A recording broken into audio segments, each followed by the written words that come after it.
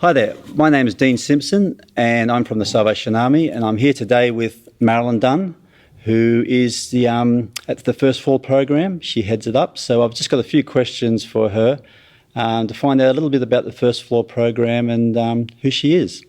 So welcome, Marilyn. Thank you, Dean. So tell us a little bit about the First Floor program and tell us a little bit about yourself. Okay. So, yes, my name is Marilyn Dunn and I'm the coordinator of the First Floor program, which is a family inclusive drug and alcohol mental health service operated out of the Salvation Army at Wollongong, but with a reach that goes well beyond. We have groups in a variety of locations and have trained people in programs all the way from Victoria through to Central Queensland. We have a psychologist, a family support worker, a youth and family support worker, and a children and family support worker that work as part of our program. And they see clients individually, but also we run a number of support programs for families impacted by addictions and mental health issues, for people who have loved ones in jail or on parole, for grandparents or other kin carers who have the full-time responsibility of the care of children, people impacted by suicide bereavement. And as well, this year we've started a new group, a new monthly support group for people impacted by borderline personality disorder in a loved one. As well as that, we do a variety of community education, things like financial literacy, well-being, stress education, preferably less stress education. And we operate out of a couple of sites in the Illawarra, including Wollongong and Port Kembla, as well as having support groups in the other locations I mentioned before. How long have you been involved? Oh, too long. I've been involved in the First Floor program initially voluntarily, just by coming along and supporting families who were coming along to the support groups for over 20 years. I've been working in the program since about 2003. Something that as a family we've embraced.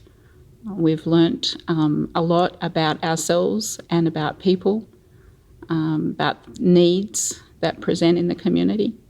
And it's really our privilege and pleasure to work with the families that we work with.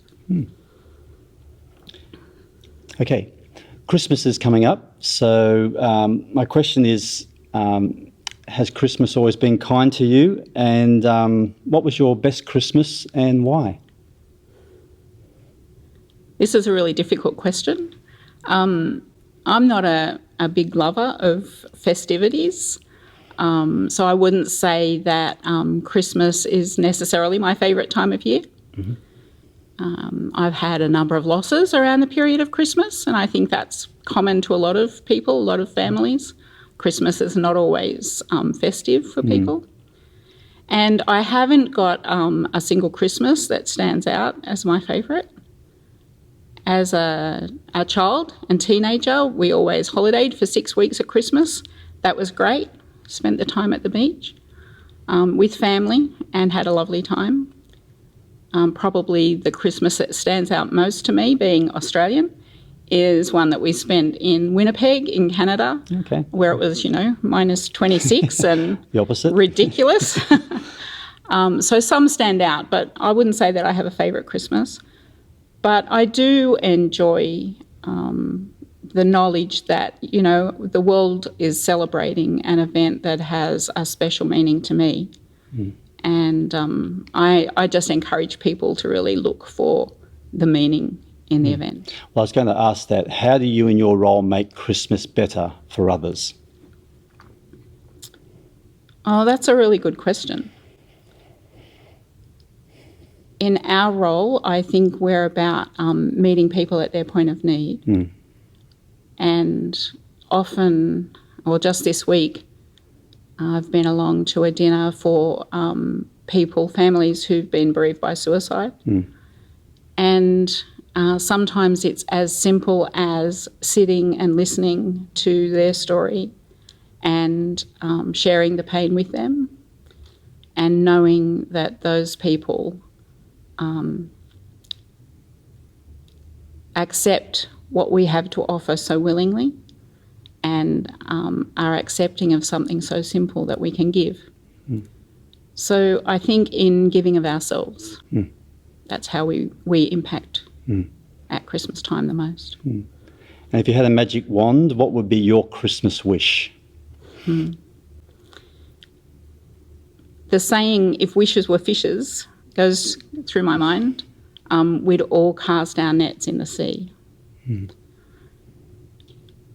I'm not a big believer in wishes or magic or luck. I do believe very much in blessing and the, I guess, the idea of sharing our blessings with others. And the greatest blessing that we can have,